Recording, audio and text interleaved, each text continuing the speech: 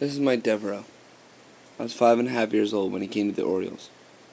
I was 11 when he left, 12 when he came back, and 13 when he left again for good. He was an outfielder. He was a solid hitter and good on defense, but he never racked up the stats or got the attention that his teammate Cal Ripken did.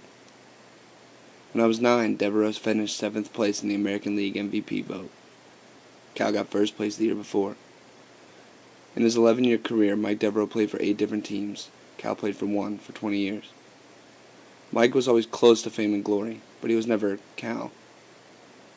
But for some reason, though, ever since he left the Orioles, Mike Devereaux has stuck out in my mind. Yeah, Mike Devereaux. Yeah, I remember Mike Devereaux. What do you remember about Mike Devereaux? He was good.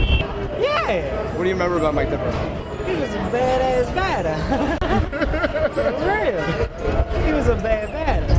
He was a smaller guy, but he could hit. He was kind of muscular built and whatever, and for the build that he was, and what he could hit the baseball. So do you remember Mike Devereaux at all? Yeah, center field. What do you remember about him? I do remember Mike Devereaux.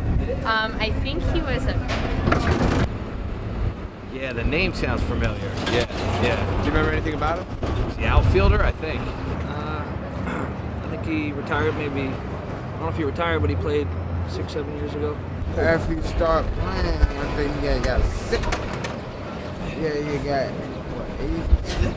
Yeah. And he was a good ball player. No, I don't. You are Mike Devereaux. No, I don't know. That's me, Steve, as a kid. And this is me now. I'm 23 years old and I'm about to graduate college. I've been studying film at the Savannah College of Art and Design for 4 years now, and this is my final film. Like most American boys, I've always loved baseball. I was raised on it, playing it, watching it, talking about it. From the day I was born, the sport seemed to be part of my life. I never intended to make a documentary about baseball, or one about Baltimore where I'm from, or one about the Orioles, or certainly not one about Mike Devereaux. But events of my life have led me to it. I used to play baseball all the way up until I turned 18, and then suddenly you can vote, and you can smoke, and you can go to war, and if you play baseball you can either play in college or pro, but I wasn't good enough to do either, so here I am 20-something and I'm stuck playing co-ed softball. It's a twisted cousin of the game I love. My dad, who gave me his passion for the game, always said something about the baseball as an object. He said, it's a perfect fit for your hand. There's been thousands of quotes on why this game is special, much deeper and more poetic than it fits your hand, but something about the way he said it always struck me. When I started making out my final film, I had planned to make a narrative about a little girl dealing with the death of her mother. It was a story I made up. I spent 3 months working with the script and getting a crew together, casting, raising money. I was excited. And then on September 3rd, only a few days before I was supposed to start shooting, I got a phone call while I was driving. My aunt told me my father had died.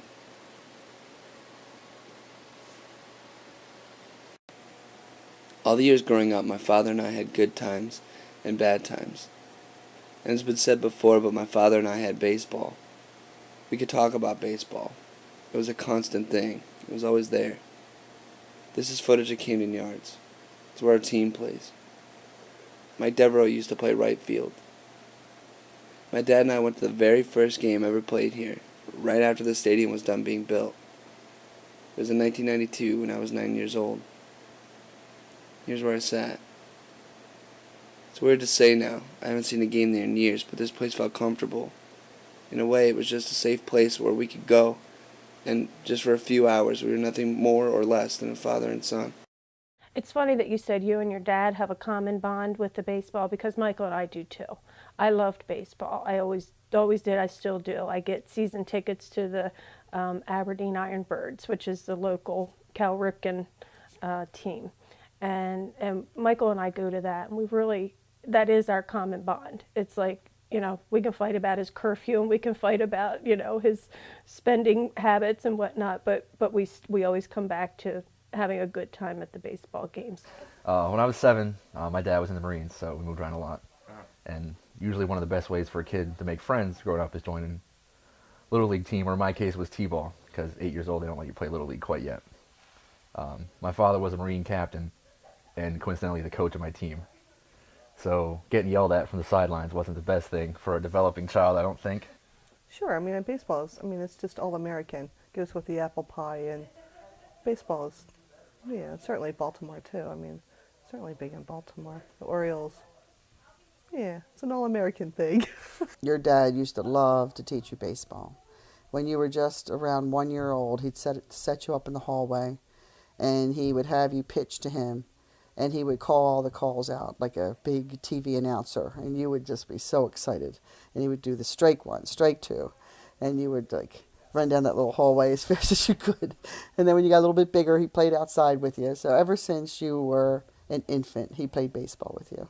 I just remember a picture that I've seen where my brother's sitting in my dad's lap, kind of my dad's sitting like this. My brother's sitting kind of here, and we're sitting on the ground, in the grass. And then I'm on my dad's shoulders, and we're watching some kind of sports, probably just, you know, maybe one of my older cousins playing baseball or something like that. But, I mean, sports and fathers in America is like a big thing, you know. The last time the Orioles won the World Series was in 1983. I was 1 month old. The first time my father got sick was in 1989. He received a kidney transplant, and like magic, he was healthy. It wouldn't be until 2003 that my father started feeling ill again. Again, he was put on the waiting list, but this time the list was a 3-year wait. He told me he just couldn't do it again. The Orioles finished 4th out of 5 that year. My father died at 52.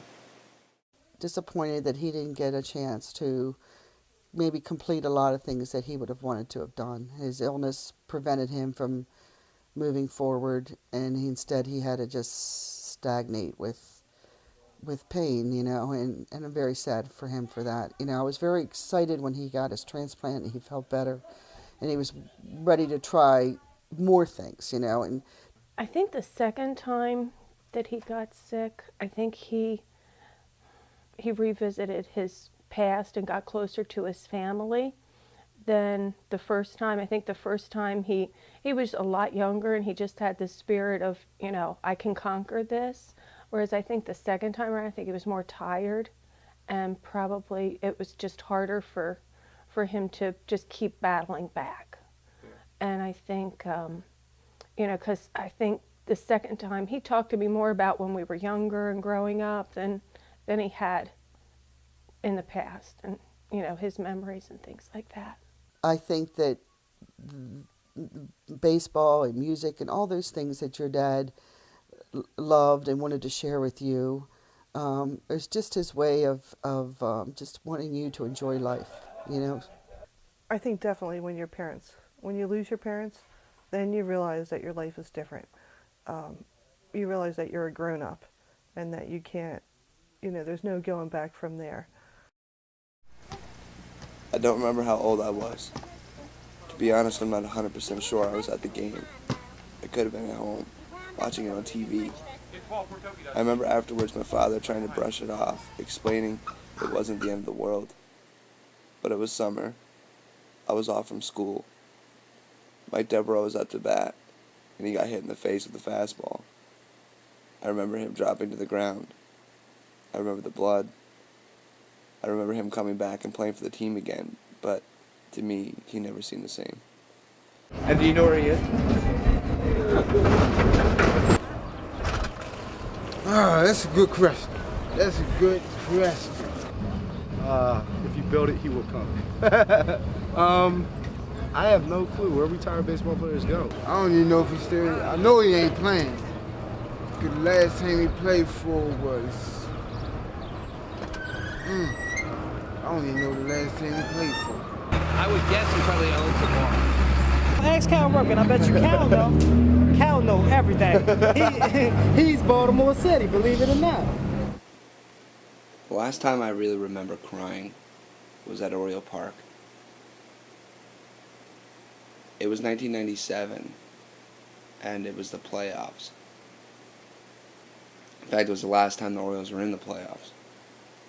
The Cleveland Indians were in town, and on the way in, they handed in little signs that said, "We believe." The signs were orange and black. It was so cold, my dad and I went and got a blanket from the store. at the end of the game, the Orioles lost. And I remember crying. And then I ripped up my sign.